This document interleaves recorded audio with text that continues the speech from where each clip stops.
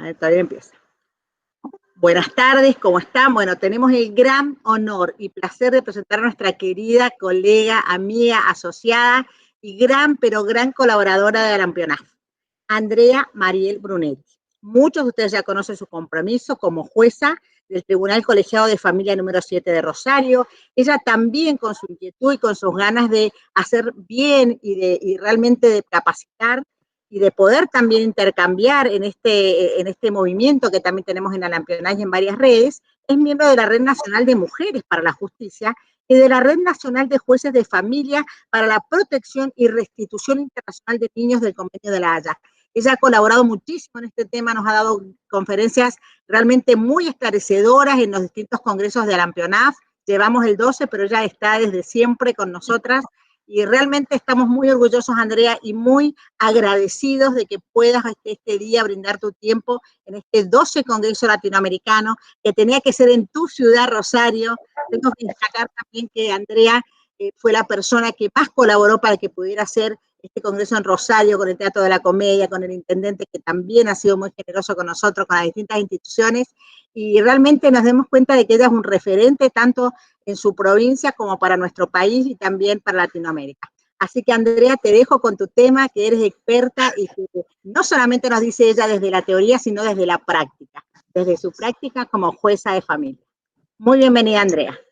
Oh, buenas tardes, Marilyn. Bueno, la verdad que me emocionás, así no puedo arrancar, pero bueno, la agradecida soy yo y la verdad que no puedo dejar de decir que te tengo un profundo afecto y admiración como mujer, como profesional, siempre tan talentosa y dedicada. Y te agradezco enormemente sobre todo tus palabras, pero el espacio que tan generosamente siempre nos brindás a todos y a todas desde cada rincón del planeta.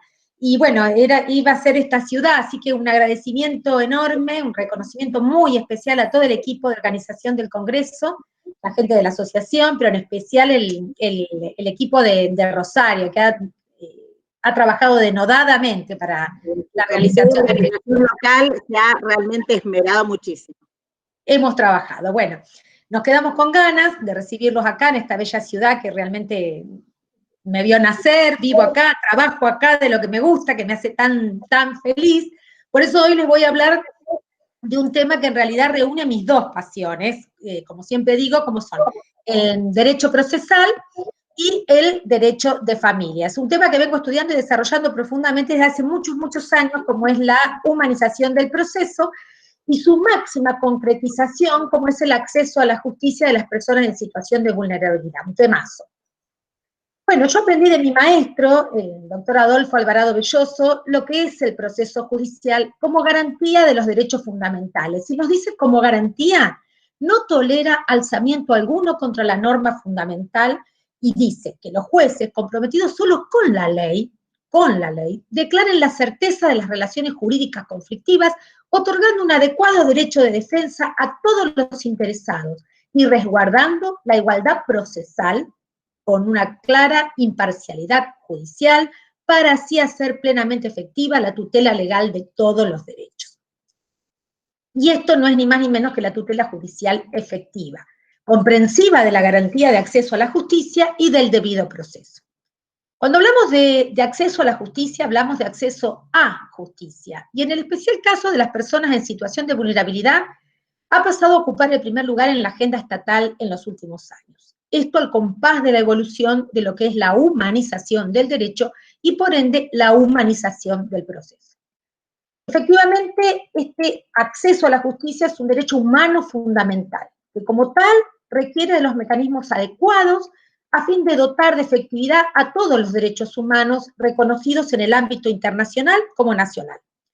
Sabido es que este derecho humanizado se construye sobre el pilar de principios rectores que lo fundan e interpretan, situando a la persona como sujeto de derechos. Este es el principio pro homine, que impacta en todo el sistema jurídico, de manera tal que la constitucionalización del derecho, y en especial la constitucionalización del derecho de familia, ha obligado necesariamente a una reformulación de todo el sistema.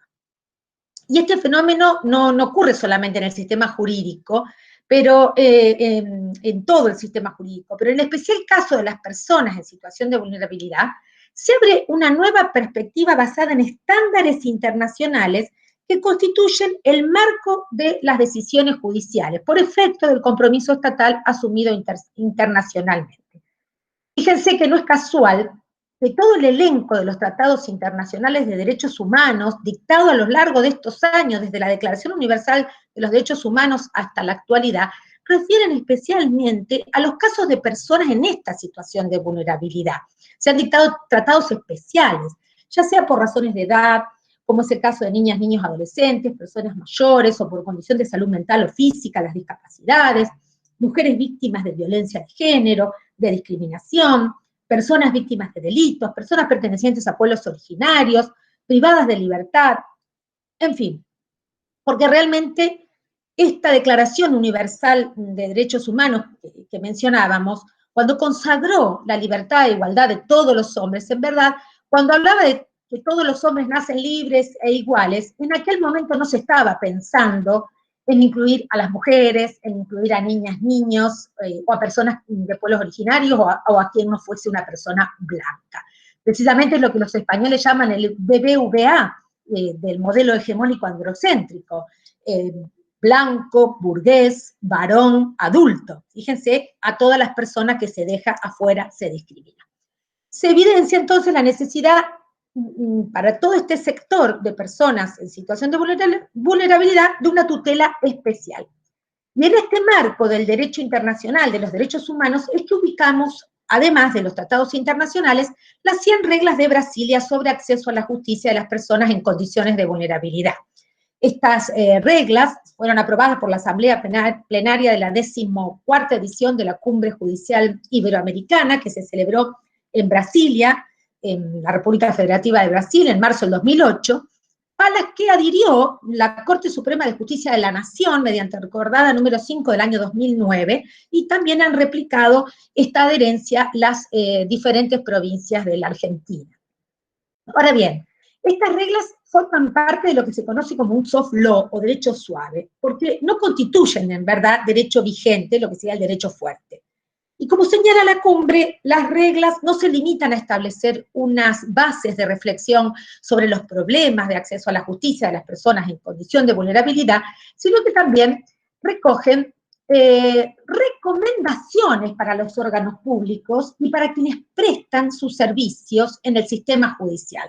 No solamente se refieren a la promoción de políticas públicas que garanticen el acceso a la justicia de estas personas, sino también al trabajo cotidiano de todos los servidores, de todos los operadores del sistema judicial y quienes intervienen de una u otra forma en su funcionamiento, de manera tal que la aplicación de las reglas se impone, y se imponen las condiciones en las que vienen expresadas, y así lo vamos a ver y lo vamos a desarrollar. Si bien hemos sostenido siempre que los tratados internacionales deben aplicarse tal como vienen dados, ciertamente desde la reforma constitucional del año 1994 se produjo como un giro copernicano tras la incorporación de los tratados con jerarquía constitucional en nuestro sistema.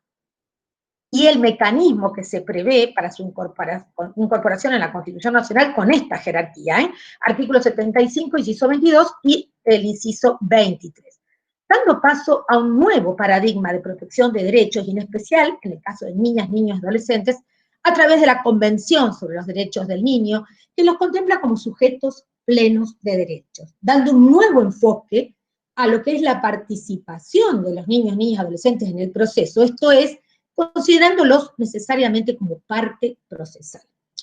Y todo esto ha sido incorporado al ámbito interno, además, a través de las leyes nacionales de protección integral de derechos, sus pares provinciales, y en especial, a partir del 1 de agosto del 2015, el Código Civil y Comercial de la Nación, previéndose así un sistema de garantías jurisdiccionales para el cumplimiento de la tutela efectiva de los derechos fundamentales, adecuándose las normas tanto sustanciales como procesales a este paradigma. Por eso hoy hablamos de humanización del proceso.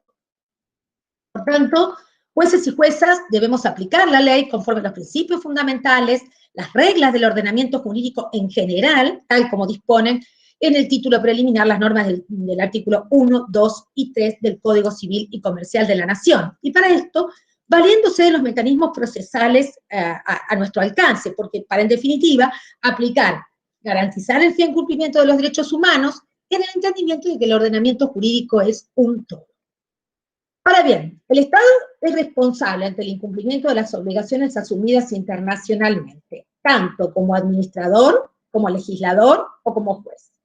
En este último supuesto, que es el que hoy nos convoca, reviste primordial importancia, porque en el Estado constitucional de derecho, jueces y juezas se eligen, nos elegimos, como principal garante de los derechos humanos, y necesariamente de una manera muy concreta, por medio del proceso, porque precisamente es el proceso la herramienta idónea para dotar de efectividad a todos los derechos humanos. La verdadera tutela jurisdiccional solamente es posible a través del debido proceso judicial, y agrego, en tiempo razonable, entendiendo el proceso, como enseña el maestro, como un método, no meta, que permite al hombre mantener la paz social, porque es el instrumento idóneo para hacer respetar la libertad, efectivizar nuestros derechos y al mismo tiempo es un límite al poder. Así, los tratados y convenciones de carácter supralegal refieren un mínimo o estándar de garantías jurisdiccionales, tal como veníamos señalando, que conforman además la garantía del debido proceso legal, que no puede ser soslayado por normas infraconstitucionales y que constituyen el marco de interpretación de las decisiones judiciales. Y en este contexto, que exige respuestas concretas, sencillas, expeditivas, en protección de la dignidad humana, es indispensable prescindir de meros tecnicismos, que por el contrario van a producir el fracaso en la tutela de los derechos. Pero, atención, siempre respetando la garantía constitucional del debido proceso judicial. Creo que en este punto crucial, las reglas de Brasilia resultan una herramienta óptima para el judicante, en tanto su aplicación tiende a remover los obstáculos, a remover las barreras que impiden o dificultan el acceso a la justicia a las personas que, como consecuencia de determinados factores, como resaltábamos, edad, factores económicos, género, etnia, capacidad, identidad, quedan absolutamente discriminadas y desplazadas a condiciones de desigualdad ante la ley. No obstante, cabe advertir que, tal como la misma cumbre lo expresa, se recomienda a todos los poderes públicos que cada una, dentro de sus respectivos ámbitos de competencia, promuevan reformas legislativas y que adopten medidas que hagan efectivo el contenido de estas reglas. Asimismo, se hace un llamamiento a organizaciones internacionales, agencias de cooperación, para que tengan en cuenta estas reglas en sus actividades, incorporándolas en los distintos programas y proyectos de modernización del sistema judicial en que participen, tan en boga. De forma tal que jueces y juezas podamos contar con las herramientas apropiadas para lograr el cometido de hacer justicia, como garantes de la tutela jurisdiccional de los derechos humanos, pero sin descuidar el contradictorio, el debate y el derecho de audiencia que protege el derecho internacional de los derechos humanos. En verdad, ciertamente, las delicadas cuestiones que albergan nuestros tribunales, en especial los del fuero de familia, requieren de un justo equilibrio entre lo urgente y la eficacia, la garantía del debido proceso y la defensa en juicio. Bueno, se ha definido al acceso a la justicia como un derecho humano fundamental. Y en una acepción amplia, no solamente comprensivo del derecho a la jurisdicción, sino además del poder de acceder a un debido proceso, transitarlo, sostenerlo, obtener un pronunciamiento justo, que esto de justo no significa que nos dé la razón, sino que provenga de un debido proceso. Por eso hablamos de acceso a justicia, porque no solamente refiere el derecho a peticionar, el derecho a la justicia, de peticionar ante las autoridades, sino aún más, un poder de dar efectividad a los derechos que se reclaman. Decíamos que el concepto fue evolucionando a la par de la humanización del derecho, esto es el reconocimiento universal de los derechos y garantías de todas las personas, pasando de un mero derecho a peticionar a obtener además un pronunciamiento justo. Expresábamos que en el Estado constitucional de derecho, jueces y juezas se erigen como principal garante de los derechos humanos a través de la herramienta idónea, el proceso. Entonces, de allí la necesidad de que todas las personas puedan acceder al proceso en defensa de sus derechos sin discriminación y en condiciones de igualdad, en contrapartida al deber del Estado de impartir justicia.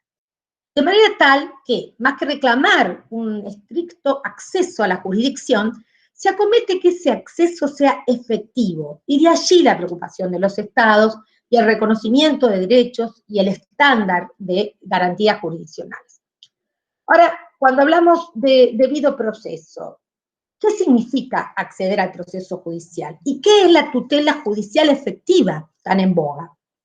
En general, como dice el maestro Alvarado Belloso, tendemos a describir más que a definir. Y en tal sentido vemos que el derecho de acceso a la justicia queda comprendido dentro del concepto de tutela judicial efectiva. Está incluido, que ya lo había descrito originalmente en el tan mentado artículo 24 de la Constitución española, cuando refería que todas las personas tienen derecho a obtener la tutela efectiva de jueces y tribunales en el ejercicio de sus derechos e intereses legítimos, y que en ningún caso pueda producirse indefensión. Asimismo, que todos tienen derecho al juez ordinario predeterminado por la ley, a la defensa y asistencia del letrado, a ser informados de la acusación formulada contra ellos, a un proceso público sin dilaciones indebidas y con todas las garantías, a utilizar los medios de prueba pertinentes para su defensa, a no declarar contra sí mismos, a confesarse culpables, a no confesarse culpables, y a la presunción de inocencia. Vemos que la descripción es clarísima. De igual forma, distintos instrumentos internacionales reconocen y consagran el acceso a la justicia, principalmente la Convención Americana sobre Derechos Humanos, conocida como Pacto de San José de Costa Rica, entendiendo el derecho de acceso a la justicia como un derecho que deriva de los artículos 8 y 25, 8 garantías judiciales y el 25 de protección judicial de esta convención. Estas normas establecen un deber de los estados de proveer a sus ciudadanos de un servicio de justicia, y administrativo también, adecuado a la protección y defensa de sus derechos humanos, que no solo garantice el acceso a la justicia en un sentido lato, sino además que otorga el derecho a obtener un debido proceso, el derecho a que ese proceso se desarrolle en un plazo razonable, el derecho a un juez imparcial e imparcial, y el derecho a contar con un recurso efectivo. En nuestro país, el concepto de debido proceso se ha delineado a partir de la consagración de la garantía de inviolabilidad de la defensa en juicio de la persona y de los derechos, que se consagra en el artículo 18 de la Constitución Nacional. A su vez, el artículo 8 de la Convención Americana, incorporado en nuestro ordenamiento interno por el artículo 75 y 22 de la Constitución, como señaláramos al comienzo, con jerarquía constitucional, reconoce a toda persona el derecho a ser oída con las debidas garantías y dentro de un plazo razonable por un juez o tribunal competente, independiente, imparcial, determinado previamente por la ley en la sustanciación de cualquier acusación penal, dice, pero después también vemos que es para la determinación de sus derechos y obligaciones de orden civil, laboral, fiscal o de cualquier otro carácter. Y el artículo 25 del mismo cuerpo legal reconoce el derecho a un recurso sencillo y rápido o cualquier otro recurso efectivo ante los jueces o tribunales competentes que ampare a las personas contra actos que violen sus derechos fundamentales, reconocidos por la Constitución, la ley o la Convención, aun cuando esa violación sea cometida por personas que actúen en ejercicio de sus funciones oficiales. En ese sentido, la reforma constitucional de 1994 no solo incorporó al texto constitucional argentino el reconocimiento del derecho internacional de los derechos humanos con esta jerarquía, sino que estableció además instrumentos adecuados para que esos derechos sean efectivos a través de la obligación del Estado de tomar todas las medidas necesarias al respecto. Esto es, la adopción de políticas públicas para erradicar la discriminación y hacer efectiva la igualdad, perfeccionando además la herramienta idónea por excelencia para la tutela judicial de los derechos humanos fundamentales, como es la acción de amparo. Poco sirve el reconocimiento de derechos si los estados no establecen las condiciones jurídicas y materiales necesarias para dotar de efectividad a estos derechos reconocidos. Ahora bien, en jueces y juezas recae el deber de respetar y hacer respetar las garantías jurisdiccionales que conforman el debido proceso legal según los estándares del derecho internacional de los derechos humanos, con jerarquía constitucional en nuestro país, no olvidemos, y que han sido receptados en el orden interno y, como señalábamos, hoy en el título preliminar del Código Civil y Comercial de la Nación, artículos 1, 2 y 3, verdadero tratado. Este es el paradigma actual que constituye además el marco normativo de la decisión judicial. y nos conduce necesariamente a establecer qué entendemos por debido proceso. Y así la Corte Interamericana de Derechos Humanos lo ha definido como el conjunto de requisitos que deben observarse en las instancias procesales a efecto de que las personas estén en condiciones de defender adecuadamente sus derechos ante cualquier acto del Estado que pueda afectarlos. La Corte ha señalado que las garantías del debido proceso no solo deben contemplarse a lo largo del desarrollo de los procesos penales, como decíamos, sino también administrativos, y que precisamente la determinación de los derechos y obligaciones de las personas también puede ser en orden penal, civil, laboral, fiscal o de cualquier otro carácter, y que en esos ámbitos se deben observar las debidas garantías que aseguren, según el procedimiento de que se trate, el derecho al debido proceso, que implica, además, la intervención de un órgano judicial independiente e imparcial, apto para determinar la legalidad de las actuaciones que se cumplan dentro del estado de excepción. Asimismo, ha señalado la necesidad de toda persona de que cuente con la debida asistencia letrada. Respecto de las garantías previstas en el artículo 25 de la Convención, la Corte Interamericana ha dicho que para que en un proceso existan verdaderas garantías judiciales o procesales, es preciso que se observen en este proceso todos los requisitos que sirvan para proteger, asegurar o hacer valer la titularidad o el ejercicio de un derecho. Es decir, las condiciones que deben cumplirse para asegurar la adecuada defensa de aquellos derechos u obligaciones que estén bajo consideración judicial. Luego ha dicho que un recurso es eficaz cuando es capaz de producir el resultado para el que ha sido concebido. Vemos que la Corte Interamericana utiliza en forma variada las nociones de acceso a la justicia y debido proceso como parte de un concepto amplio de acceso a la justicia. El Instituto Interamericano de Derechos Humanos ha definido el acceso a la justicia como la posibilidad de que cualquier persona, independientemente de su condición, tenga la puerta abierta para acudir a los sistemas de justicia, si así lo desea, ¿no? A sistemas, mecanismos e instancias para la determinación de derechos y la resolución de conflictos. En este mismo razonamiento se ha definido más modernamente a la tutela judicial efectiva, como el derecho a hacer valer otros derechos, por lo que se la delinea en tres aspectos. Por un lado, el libre acceso a la justicia, eliminándose las barreras procesales que pudieran dificultarlo o imposibilitarlo, a obtener una sentencia motivada, fundada, en tiempo razonable, sin incidir el resultado del juicio, en esa garantía, y a ejecutar esa sentencia, es decir, que pueda cumplirse. Esta es la efectividad. Se entiende entonces a la tutela judicial efectiva como comprensiva del acceso a la justicia, stricto sensu, y el debido proceso. Esto es, derecho de audiencia, a un juez natural, predeterminado por la ley, imparcial e independiente, estamos como resumiendo todo, ¿no? A la defensa material, asistencia técnica de un letrado, a ser informado, un proceso público y en plazo razonable, muy importante el factor tiempo, sin demoras indebidas, con derecho a probar, el derecho a la prueba, a tener la posibilidad de valerse de todos los medios de prueba que hacen a la defensa del derecho, a no estar obligados a declarar contra una misma, en definitiva, a gozar de todas las garantías jurisdiccionales. Bergin y Cohen lo definen como la garantía de igualdad de oportunidades para acceder a los órganos del Estado. Igualdad en el acceso sin discriminación por razones económicas, sociales y culturales, que precisamente son los principales factores que colocan a las personas en situación de desigualdad, de vulnerabilidad. En este entendimiento es que se elaboraron las reglas de Brasilia. Decíamos que la garantía de acceso a la justicia impone el cumplimiento de deberes del Estado, asumidos internacionalmente, ¿no? Y eso, su cumplimiento genera responsabilidad. Pero cuando hablamos del Estado, nos referimos al Estado en sus tres poderes, de manera tal que el Poder Judicial le compete administrar justicia respetando las garantías del debido proceso, mientras que al Poder Legislativo y Ejecutivo les corresponde conferir al Poder Judicial de las condiciones jurídicas y los medios necesarios para garantizar el acceso a la justicia y la resolución de los conflictos en tiempo razonable y, por supuesto, también a un costo asequible.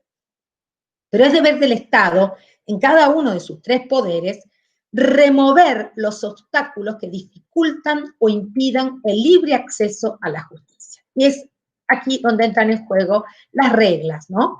En este contexto, la Cumbre Judicial Iberoamericana estimó necesaria esta elaboración de reglas básicas que refieren al acceso a la justicia de las personas en condición de vulnerabilidad, y desarrollando, como expresa su exposición de motivos en el documento elaborado por la cumbre, principios que fueron recogidos de la Carta de Derechos de las Personas ante la Justicia en el Espacio Judicial Iberoamericano, Cancún 2002. Específicamente aquellos que se incluyen en la parte que se titula Una justicia que protege a los más débiles. Preferentemente decimos personas en situación de vulnerabilidad. De este modo se elaboraron las 100 reglas por representantes del Poder Judicial de los países que componen el Mercosur. Pero además, durante los trabajos preparatorios de estas reglas, por eso son tan importantes, también participaron las principales redes iberoamericanas de operadores y servidores del sistema judicial, como son la Asociación Iberoamericana de Ministerios Públicos, la Asociación Iberoamericana de Defensorías Públicas, la Federación Iberoamericana del Ombudsman y la Unión Iberoamericana de Colegios y Agrupaciones de Abogados. Permiso. Reglas muy importantes a las que adhirió nuestra Corte Suprema de Justicia de la Nación mediante la acordada número 5 del año 2009, por lo que consideramos de real aplicación, aun cuando no se trate de un derecho vigente y obligatorio, como ya habíamos anticipado. El documento resalta que el sistema judicial se debe configurar, y se está configurando, como un instrumento para la defensa efectiva de los derechos de las personas en condición de vulnerabilidad. Dice expresamente lo que resaltábamos antes, que poca utilidad tiene que el Estado reconozca formalmente un derecho si su titular no puede acceder de forma efectiva al sistema de justicia para obtener la tutela de este derecho. El deber del Estado de eliminar o disminuir las barreras que impiden o dificultan el libre acceso a la justicia es respecto de todas las personas en general, pero tal como se expone en este documento, este deber se agudiza cuando se trata de personas en situación de vulnerabilidad, por diversos factores. Porque en estas hipótesis se hallan mayores obstáculos para el ejercicio de los derechos, más aún cuando se trata de personas que se encuentran con mayor vulnerabilidad porque existe una concurrencia de circunstancias o factores, o hay una gran incidencia de uno de ellos sobre otros. Esto lo marca en la regla 2. Si nos ponemos a pensar, hoy la pandemia es un factor más grave y por cierto, es una función ineludible del sistema de justicia contribuir activamente a la reducción de la situación de desigualdad y los obstáculos que se presentan mayormente a las personas en condición de vulnerabilidad ante esta situación de emergencia sanitaria.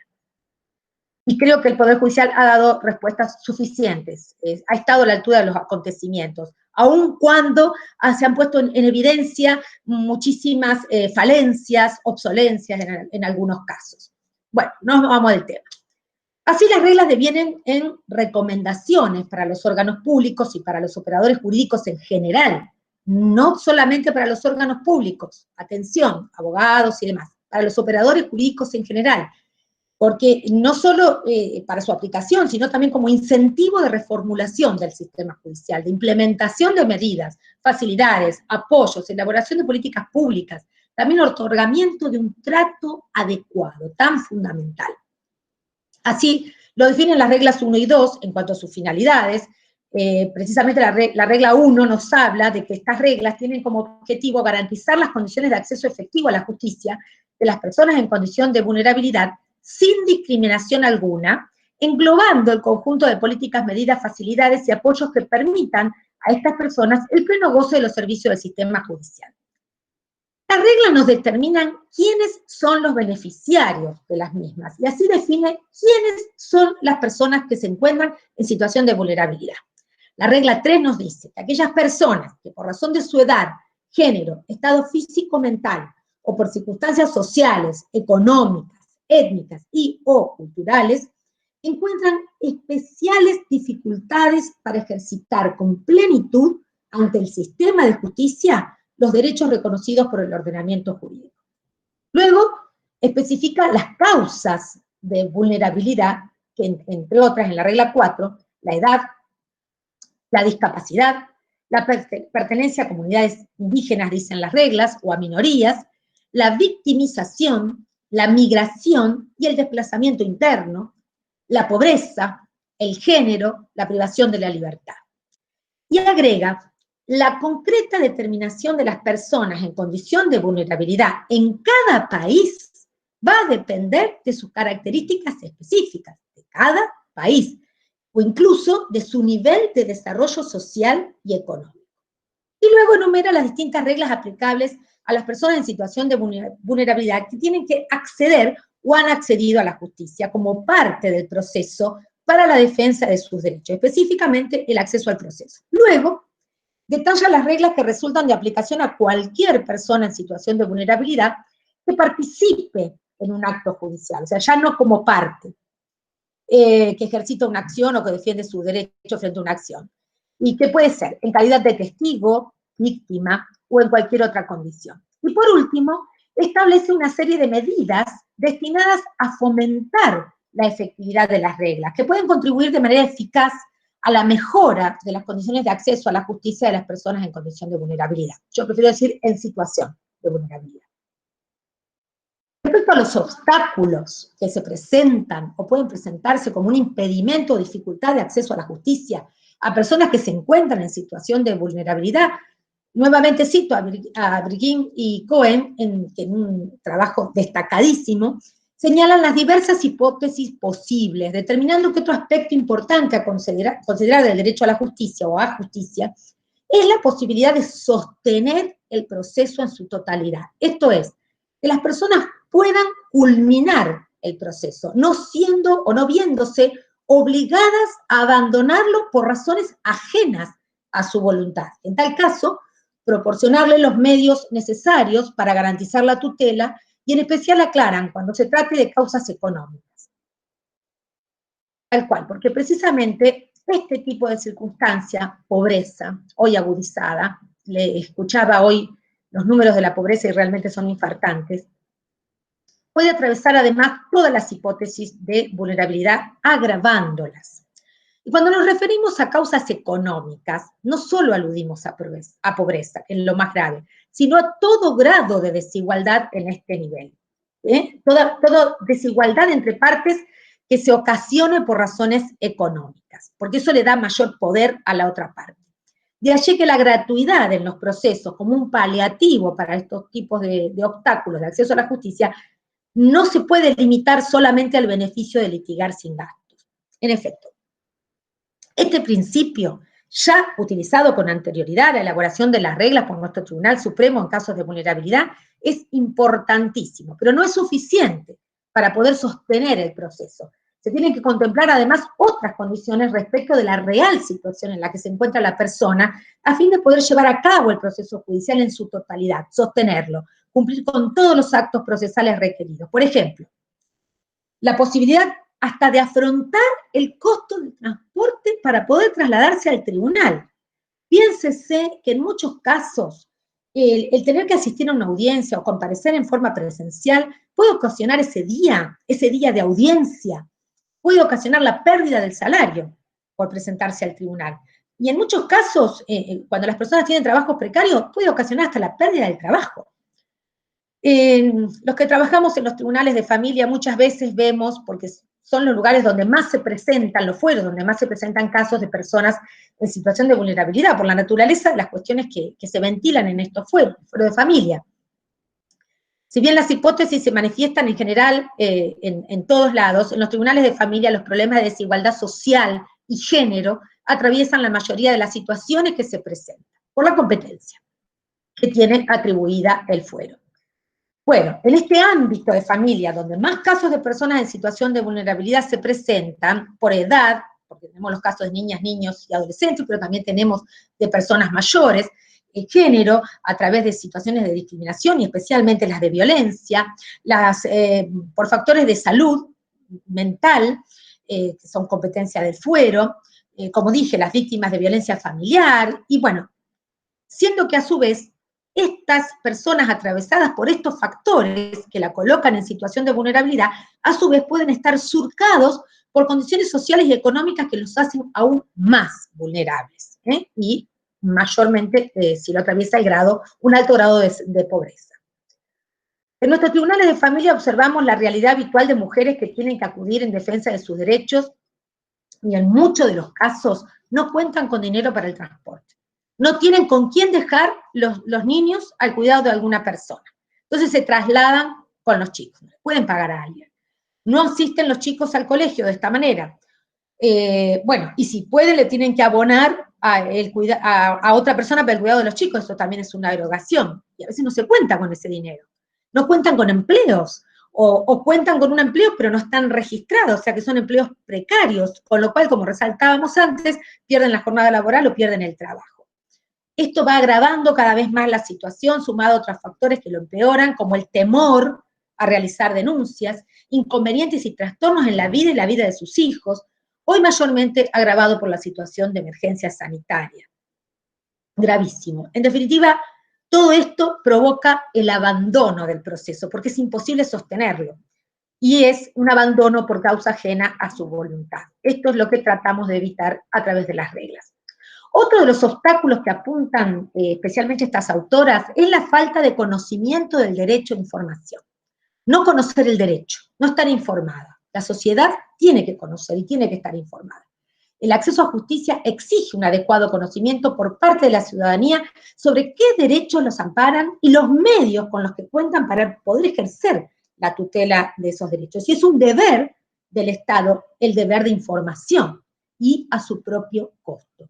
En estos tiempos de pandemia vimos cómo se debió articular en forma urgente mecanismos de acceso para formular denuncias por violencia familiar, por ejemplo, violencias de género, sin forma presencial, por medio de telefónicos, electrónicos. Ciertamente los sectores más carenciados se vieron sumamente afectados en este sentido por la emergencia sanitaria y no solamente para el acceso a la justicia. Y en especial los que se vieron muy afectados han sido las niñas, niños y adolescentes, que han sido privados de muchísimos derechos. Respecto a la posibilidad de sostener el proceso, volviendo al tema específico del acceso a justicia, el costo que el proceso implica presenta un obstáculo de consideración y lamentablemente es muy frecuente para determinados sectores de la población. Sabemos que los gastos por tasa de justicia, el pago de honorarios profesionales, los aportes a las cajas profesionales y otros gastos pueden ser paliados a través del beneficio de litigar sin gastos, pero no es suficiente. No son los únicos costos o pérdidas económicas que se pueden dificultar, que pueden surgir e imposibilitar el sostenimiento del proceso, como recientemente íbamos señalando. Un primer paliativo para los costos del proceso es la posibilidad de acceso a la jurisdicción sin previo pago. Y esto ya lo venía asentando, lo venía diciendo la Corte Suprema de Justicia, un principio de raigambre constitucional que posibilita el acceso a la jurisdicción a todos los ciudadanos, el acceso sin previo pago. Sin embargo, en la generalidad de los casos, no se da curso a la instancia judicial sin el cumplimiento previo del pago de las tasas judiciales. Ya la Corte lo había dicho en un famoso caso, Marono, en voto del doctor Vázquez, allá por 1996, y dijo, cuando la externa y ancha presión dirigida al cumplimiento de pautas fiscalistas, la tasa de justicia, el sellado de reposición, o al cobro de derechos profesionales, la deformada voz honorarios que tanto tiempo insume a los jueces y tantas fojas cargan los repertorios jurisprudenciales, achicando el contenido propio o específico de la garantía de la defensa, olvida y colisiona con la primera de las directivas que señala que la laboral jurisdiccional no se encuentra formalmente dirigida a satisfacer esas exigencias totalmente secundarias y complicantes de sus fines. Fíjense lo que decía la Corte allá por 1996 en Marono. La regla 2 de Brasilia dispone de otorgar a las personas en condiciones de vulnerabilidad un trato adecuado a sus circunstancias singulares, recomendando priorizar actuaciones destinadas a facilitar el acceso a la justicia de aquellas personas que se encuentran en situación de mayor vulnerabilidad, por la concurrencia de varias causas o por la gran incidencia de una de ellas, siendo jueces y juezas los primeros destinatarios para instrumentar su aplicación. Y esto también en consonancia con la regla 24b. Es por eso que hoy ya no se exige un juicio de declaratoria de pobreza para acreditar que la persona se encuentra en una situación de no contar con recursos necesarios, con recursos suficientes. Basta con una declaración jurada o comparecer con el patrocinio de las defensorías públicas o en determinados casos una acreditación sumaria. Tenemos que tener en cuenta que no solo con reformas legislativas podemos remover los obstáculos de acceso a la justicia, sino que hay que tomar conciencia. Es preciso echar mano a las herramientas y recursos con los que se cuenta, no escatimar en los recursos que se puedan tener a mano. En experiencia personal, son de frecuente aplicación en mis casos. Siempre fundado en las reglas, pero como dijimos, no es derecho vigente. Entonces, fundado en el principio de tutela judicial efectiva que rige en el proceso de familia según lo disponen las normas del Código Civil y Comercial y, en especial, artículos 705 y 706 del Código Civil y Comercial. A modo de ejemplo, podemos citar muchísimos casos, pero, por ejemplo, la designación de curadores ad litem en la persona de los defensores generales por falta de medios económicos para asumir el pago de un profesional de la lista oficial, en razón de las reglas 28 y 31, esto en cuanto a garantizar la defensa, la gratuidad de la asistencia técnico-jurídica en el proceso, y la regla 34, en cuanto a simplificar los requisitos de acceso al proceso. En materia de filiación, por ejemplo, en los juicios de filiación, amén de la gratuidad que lo caracteriza, ante una sumaria acreditación de falta de medios, según estas reglas, y el anticipo de la prueba, que es conforme a la regla 37, para evitar mayores gastos, dilación indebida del proceso. En materia alimentaria, donde se presentan casos frecuentes de personas en situación de vulnerabilidad, en razón de la edad, género, estado de salud físico, mental, condición social o económica, en definitiva, todas las personas tienen una necesidad alimentaria. Además de la previsión de gratuidad del proceso que lo marca estrictamente la ley, se adoptan medidas para agilizar los trámites de cobro, para dar respuesta satisfactoria inmediata por este carácter asistencial del reclamo. Y esto con fundamento en las reglas, superponiéndose o sobreponiéndolas sobre reglas fiscales. Se encuentran, por supuesto, por encima de todo esto, los principios constitucionales y convencionales. Entonces, ¿qué hacemos? Ordenamos el depósito bancario de la cuota alimentaria, se dispone un cobro inmediato y ágil a través de exigirle a la entidad bancaria que otorgue tarjetas de débito. Si bien en esta época de pandemia todos estos trámites se han complicado en las entidades bancarias, ciertamente las personas han podido acceder a un cobro ágil con la tramitación de la tarjeta de débito, y así se ha removido el obstáculo que implica que una persona en situación de vulnerabilidad se tenga que trasladar mes a mes al juzgado con un patrocinio letrado, muchas veces de defensoría, pero muchas veces con un abogado de confianza, y procurar una orden de pago para liberar los fondos. No solamente dilata, demora, entorpece, sino que encarece. Las reglas 33 y 38, entre otras, aplican en estas hipótesis. Es doctrina de la Corte, para poder apoyarnos en todas estas herramientas, que resulta totalmente desvirtuada la misión específica de los tribunales especializados en temas de familia, si estos se limitan a decidir problemas humanos mediante la aplicación de una suerte de fórmulas o modelos prefijados, desentendiéndose de las circunstancias del caso que la ley les manda concretamente valorar. Un fallo, doctrina de la Corte preciosa. Esta es otra característica de familia, la casuística. Es función de jueces y juezas aplicar la norma más favorable a los intereses de los justiciables, y en razón del principio pro homine, que inspira toda interpretación de las normas que amparan derechos fundamentales, como es el caso del derecho alimentario. En el especial caso de niñas, niños y adolescentes, se traduce este principio pro homine en el interés superior del niño, principio que entendemos como principio rector, garantista y de interpretación, que ordena el derecho a hacer valer el derecho, el mejor derecho, aplicar el mejor derecho de todo el ordenamiento jurídico y por encima de cualquier derecho de un adulto. Es ni más ni menos que el respeto por la dignidad humana. Como vemos, el interés superior del niño no es un concepto, aunque por ahí se dice vacío, pero sí corresponde darle contenido mediante la fundamentación y no aludirlo generalmente como si fuese una especie de algo en el éter, que por milagro del interés superior del niño ya procede esta o cual cosa. Otros obstáculos se relacionan con la duración del proceso. Importantísimo, el factor tiempo, la mora judicial. Mora judicial que no es solamente mora del poder judicial, afectándose la garantía del plazo razonable, conforme los estándares de tutela jurisdiccional constitucional y convencional. Ciertamente, la mora judicial vulnera los derechos humanos. Así se ha dicho que una justicia que no da respuesta no es justicia.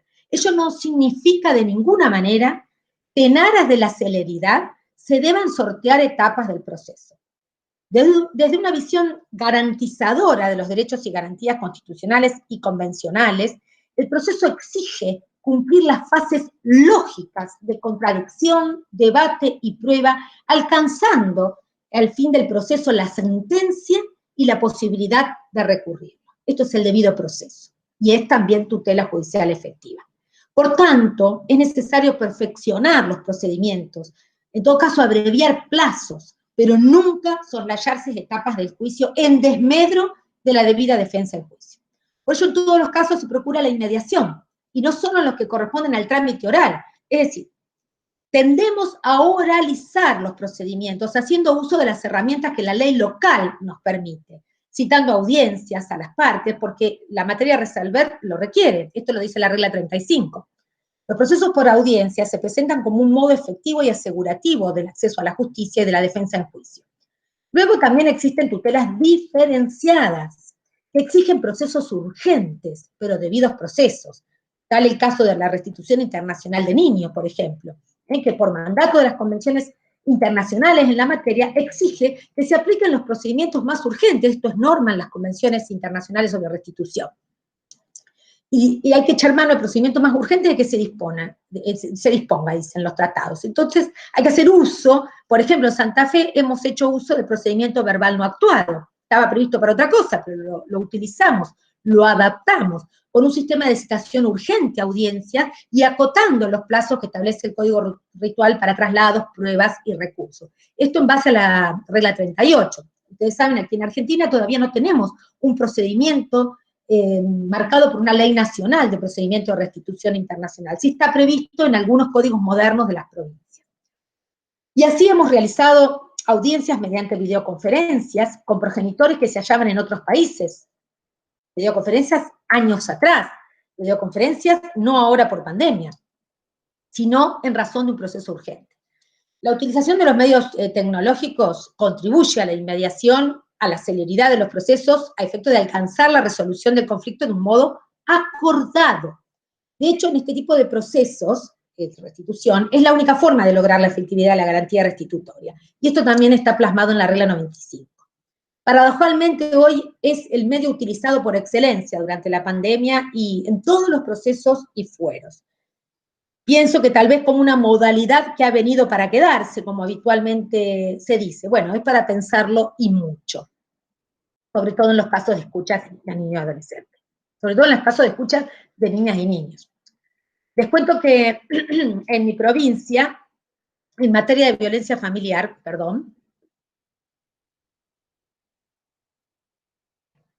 contamos con secretarías especializadas, que esto también es acorde a la regla 40, y gabinete interdisciplinario, un poco mermado últimamente, regla 41.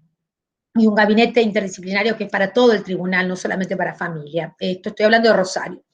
La propia ley provincial estatuye un procedimiento urgente, inaudita aparte, que lo ha denominado medidas autosatisfactivas. Tenemos nuestros reparos.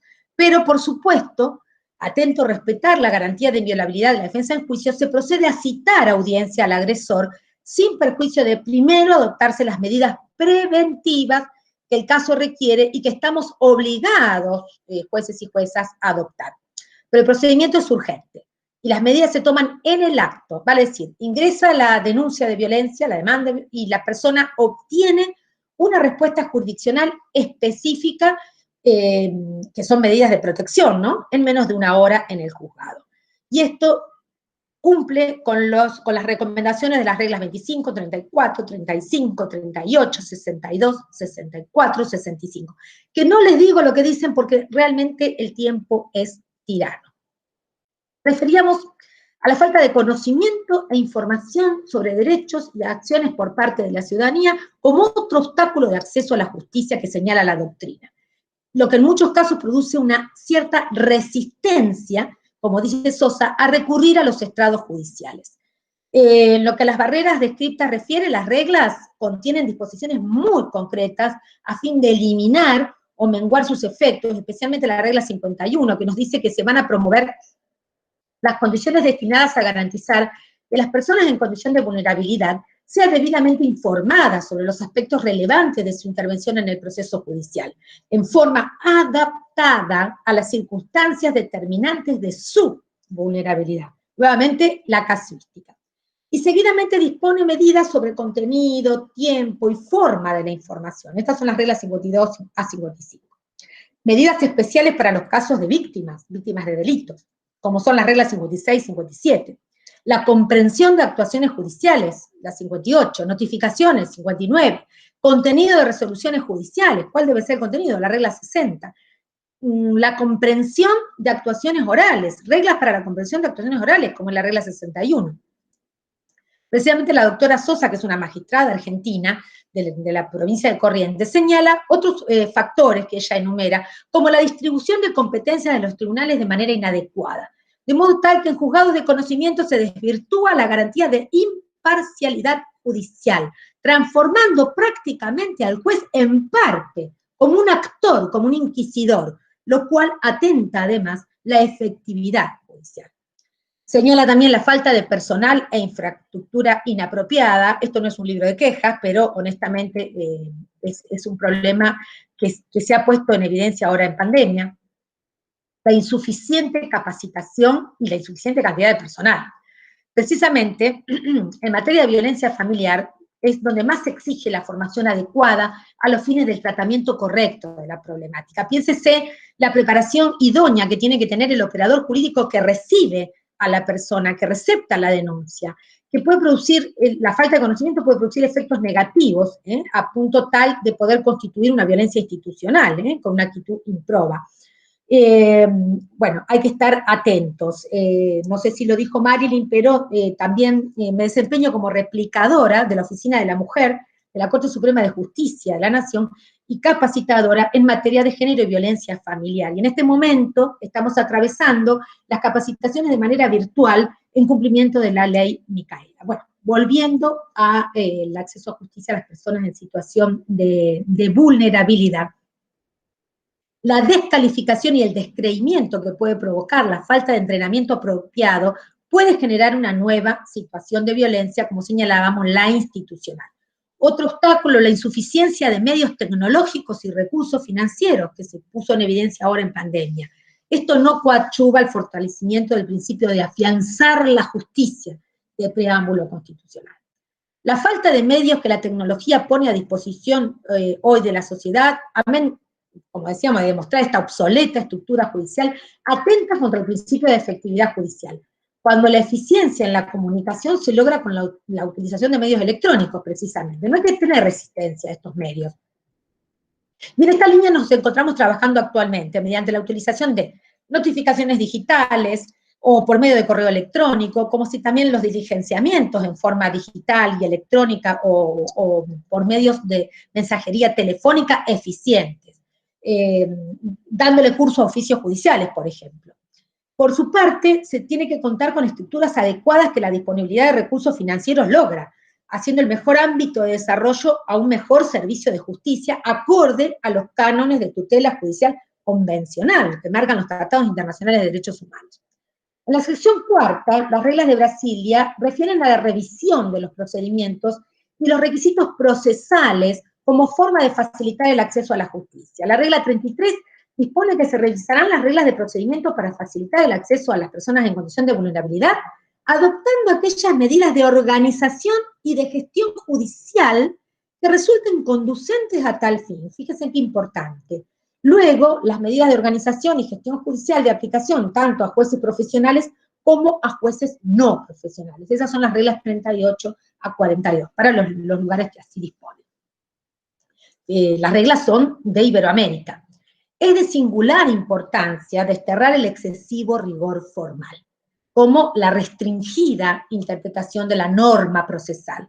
Esto vulnera la garantía de acceso a la justicia, pero este moderno criterio de flexibilización va a poder utilizarse en tanto no afecte la garantía del debido proceso. Por ejemplo, criterios amplios de legitimación procesal activa, tan requerido en materia de familia, en los casos de medida de protección de personas, por ejemplo, personas que no cuentan con un familiar o algún representante que pueda encontrarse legitimado procesalmente, activamente por la ley, y no obstante, ante el caso concreto y ante la situación de vulnerabilidad, se le da igualmente curso y en ocasiones canalizándolo a través del defensor general, otra vez citando a parientes, si es que los hay, parientes legitimados, pero la medida de protección urgente se ordena. Esto en consonancia con la regla 34. En los casos de violencia de género también está previsto un amplio concepto de legitimación activa para efectuar la denuncia ya por ley, pudiéndola realizar un familiar, un funcionario público u organizaciones no gubernamentales en defensa de la mujer.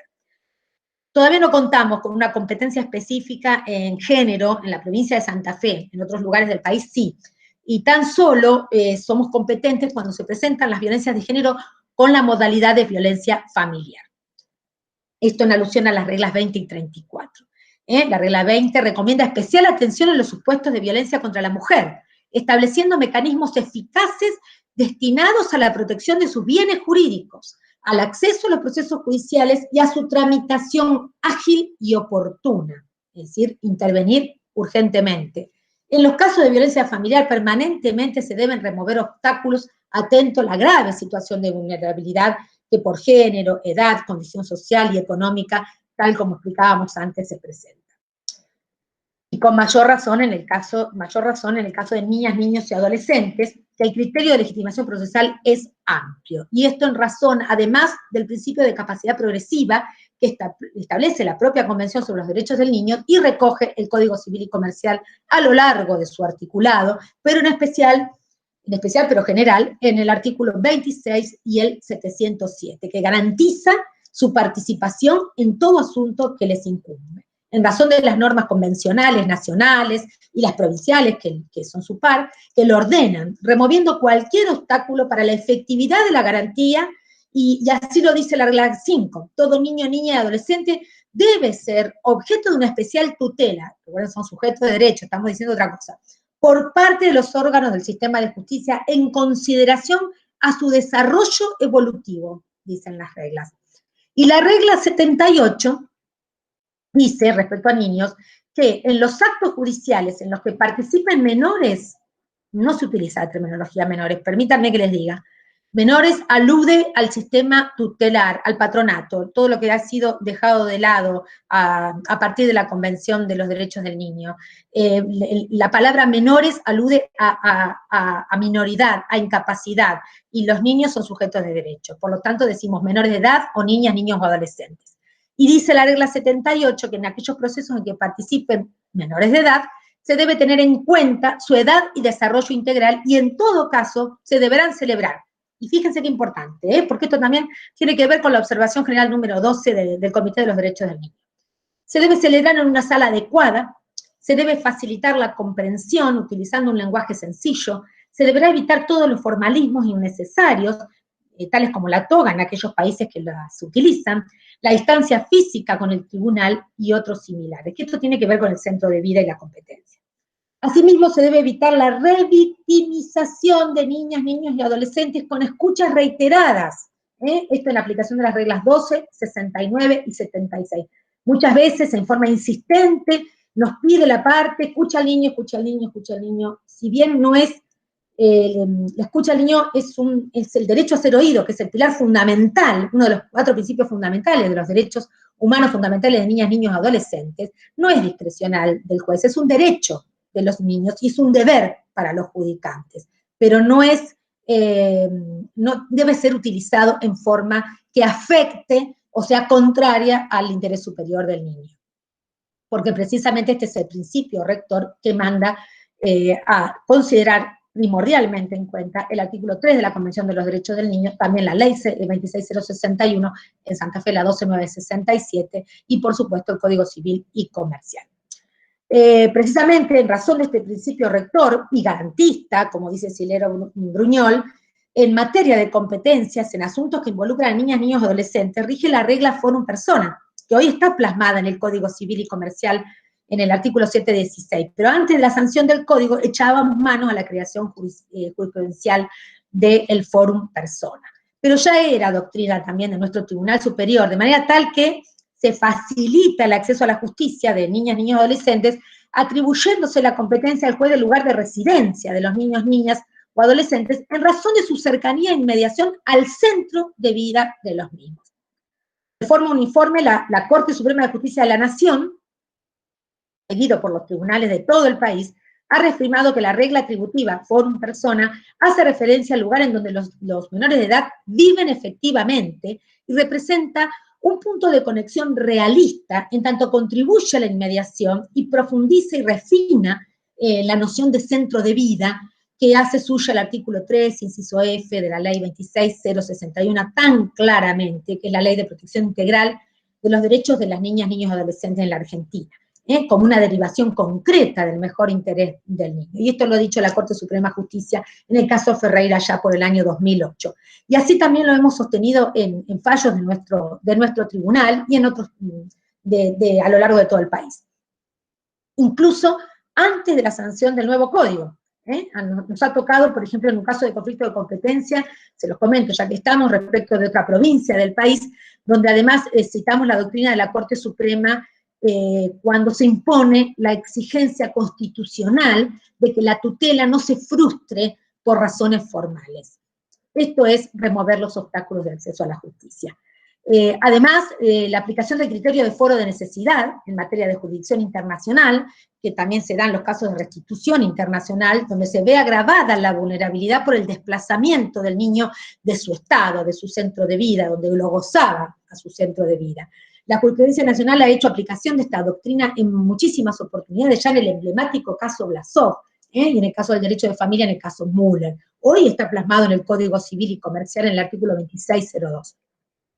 La verdad, en diversos fallos de distintos tribunales se han aplicado las reglas de Brasilia, material que pongo a disposición, por supuesto, y ya para ir concluyendo, podemos observar que se impone un cambio de paradigma en el sistema y respecto de todos los operadores jurídicos, hoy precipitado por la situación de emergencia sanitaria, por la pandemia, sin perjuicio de coadyuvar este proceso mediante la utilización de todas las herramientas que tengamos a nuestro alcance, en especial estas reglas que constituyen un verdadero compendio de medidas a adoptar. El proceso, entendido como un método dialéctico de debate para alcanzar la paz social, esto es, la resolución del litigio, como lo define el maestro Alvarado Belloso, se logra si todos y todas los intervinientes en él, actor, demandado, abogados, auxiliares de la justicia, funcionarios judiciales, magistrados, magistradas, percibimos el necesario cambio del sistema a fin de efectivizar la tutela judicial de los derechos humanos. Ciertamente hoy la sociedad exige mucho de jueces y juezas. Se espera, como señala otro grande de mis maestros, el doctor Miguel Ángel Ciuro Caldani, que sustituyan no solo funciones legislativas, sino también ejecutivas, acosados permanentemente por los medios de comunicación, exigiéndoles tareas más allá de las que sus poderes prevén, nos dice Ciuro. Y esto lo hace convertir en una especie, según mis palabras, de juez Superman, un juez que todo lo puede, un juez Hércules, como lo definía Ost, o, como dice mi amigo Nadalini, un juez robinhudense. Lo que en un aspecto suena como positivo y hasta benevolente o optimista, si se me permita, en la concepción de Popper. Pero es también necesario resaltar, como bien lo hace el doctor Ciuro, cuando nos dice que en esta nueva era se exige un nuevo juez que tienda a lograr un equilibrio entre la libre economía de mercado y la protección de los más débiles. Que también es cierto que dejar librado todo el arbitrio judicial puede resultar peligroso, además de, agrego yo, ¿no?, retrotraernos a siglos en la historia y a épocas superadas en la actualidad, como un volver a la sociedad disciplinaria que nos señalaba Foucault. Creemos honestamente que el proceso exige hoy un rol proactivo.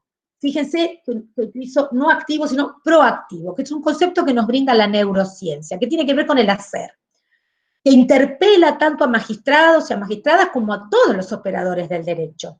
En el caso de jueces de familia, la inmediación, sus mayores facultades, deberes, como la materia propia del entendimiento, no implican de ningún modo que no pueda dirigirse un debido proceso judicial cumpliendo el rol de tercero imparcial e imparcial en los términos de otro gran jurista, el doctor Goldschmidt.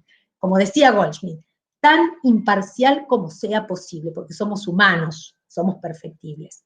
En este sentido, resultan infructuosas las posiciones metodológicas antagónicas, porque en realidad el método es uno solo, el proceso judicial.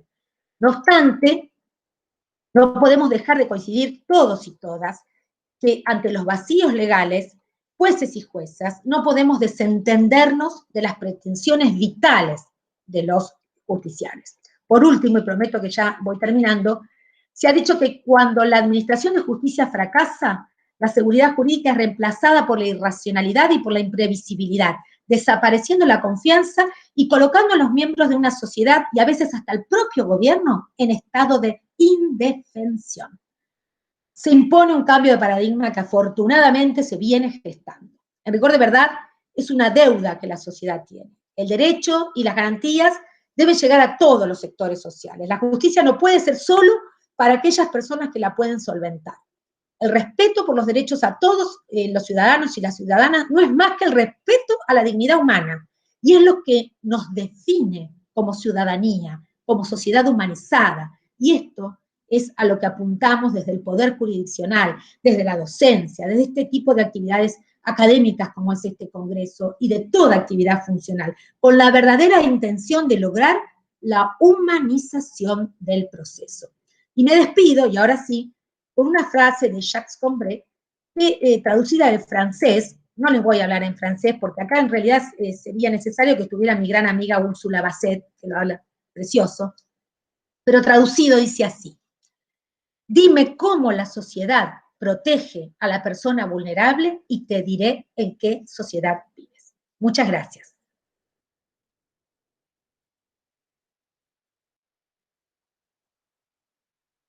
Muchísimas gracias, doctora. Excelente, pero excelente, toda su energía, toda esta aplicación de las reglas de Basilea, todo lo que eso significa en la práctica. Y cumpliendo nuevamente con este gran deseo de Alain Pionaf, del discurso a las prácticas, y usted lo ha hecho maravillosamente bien. Así, fuimos así. No, pero perfecto, doctora, y tiene abierta ya, vamos a hacer algunos otros cursos ya más adelante cuando estemos un poquito y vamos a eso, y me parece fundamental esta mirada, porque que los jueces, que las juezas como usted, se pongan a estudiar también, aparte de su tarea diaria, esto, y que quieran capacitar, que quieran brindar sus conocimientos para el cambio de la mirada, y fundamentalmente, como digo, el que lo hace, el que lo predica, y bueno, es maravilloso. Así que muchísimas gracias, doctora. Muchísimas gracias. Muchas gracias. Para nosotros es un gran honor, sobre todo porque usted también es quien trajo al doctor Alvarado Belloso, nuestro gran amigo, que es precisamente la persona que van a deleitar, va a iluminar todo este congreso. Así que he visto sus palabras en usted. Gracias.